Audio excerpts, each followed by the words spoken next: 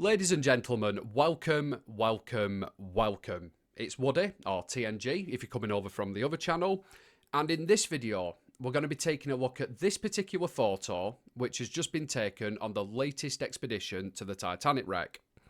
Now, it is quite an interesting one, this, because it seems to imply that the Titanic's return to nature, so to speak, has greatly accelerated. But has it? Oh, by the way, just ignore this giant ball of light here. It's not the second coming of Jesus. We're actually having sun in Britain.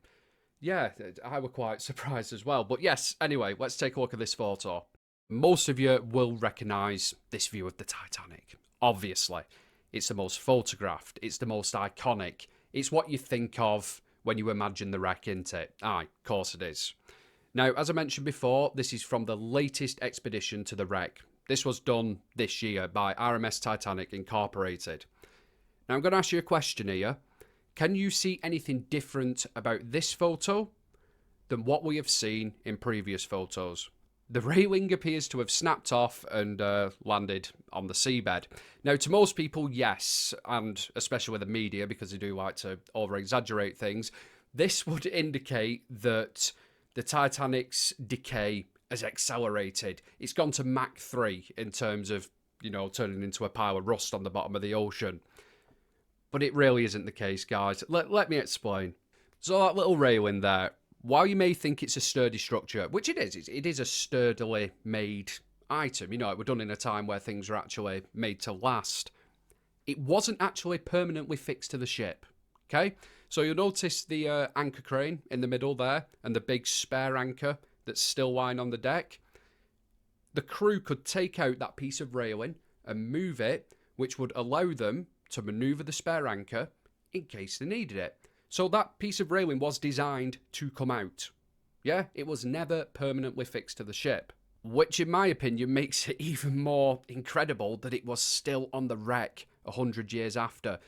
Guys, you've got to understand the forces that the bow went under when it hit the seafloor. They are unimaginable. You can see on photos, the ship's back is actually broken. Look at how the bow dips down and it's buried into the mud. That is an immense amount of force. So yeah, the fact that that railing survived this long is a bloody miracle. Honestly, again, stuff built to last back in, the days of old. But yeah, the long and short of it is, while it is a sign that the ship is starting to, crumble apart a little bit, it's not unexpected. You can see from previous expeditions as well, she was starting to just hang off a little bit as well. So yeah, take into account all the currents down there, people smashing into it with submarines, because let's face it, that's probably happened. It was inevitable. But it doesn't mean the rest of the ship is just going to dissolve into nothing in the next couple of years. In fact, let's go into a little bit of detail about that, actually. It's quite interesting. Aye, most of the questions that you see online, actually, are how long is the wreck going to be there for? Some people say 5 years. Some people say 5,000 years. The truth is, no bugger knows, right? But I don't think it's going to be gone in my lifetime. And there's a simple reason for it. The thing is built like a brick shithouse, okay? So what we are seeing, and what we will see more of, is the thinner sheet steel of the superstructure starting to rot away, and where she's damaged, where the breakup happened at the back. So we're going to see it like in a series, yeah? I think it's going to go from breakup point forward, yeah? And the superstructure is going to collapse. That is going to go first. That's probably going to be in my lifetime. And again, I'm not an expert. It's just an estimation from what we've seen and how things rot, really. Think of your car, right? Think of when you get a stone chip on your car. It's going to start rusting around the point of damage before anywhere else, isn't it? Yeah, it's obvious. It's exposed metal. It's damaged metal. That's where the rot is going to kick in. And the Titanic is exactly the same. She's made of iron, sorry. Yeah, she's the same. She's just on a bigger scale and suffered a lot more damage than a car's probably ever going to suffer. So yeah, when we see things like that railing falling off, it is to be expected.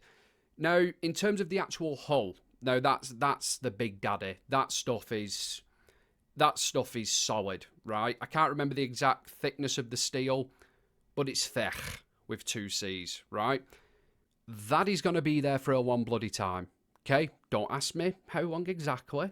Don't ask anybody, because nobody knows exactly. But it will outlast the superstructure.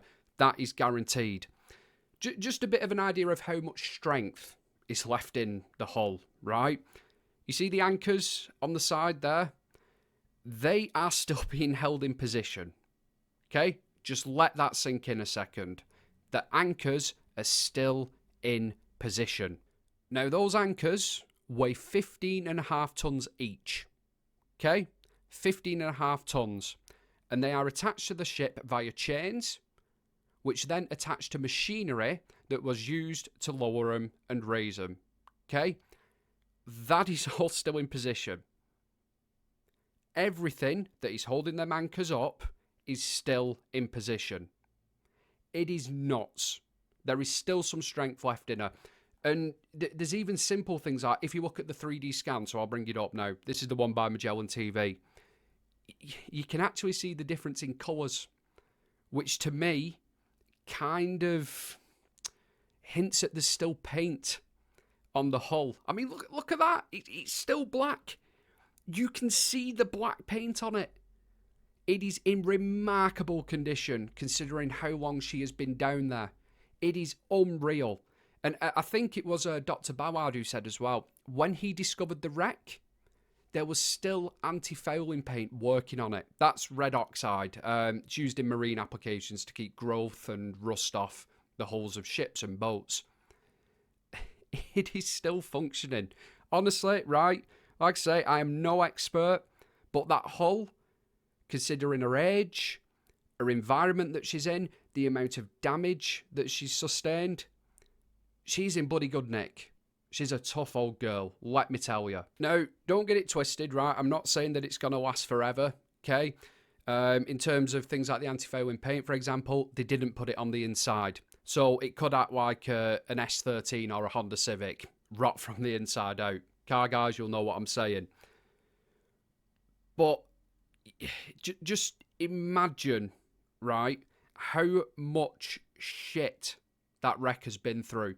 And to still see her standing proud as she is now, it's madness. And I personally think, like I say, yes, we are going to lose railings, we'll lose some superstructure, which is sad. You know, it is quite depressing. We've already lost a few sections of the ship. The captain's bathtub is now covered.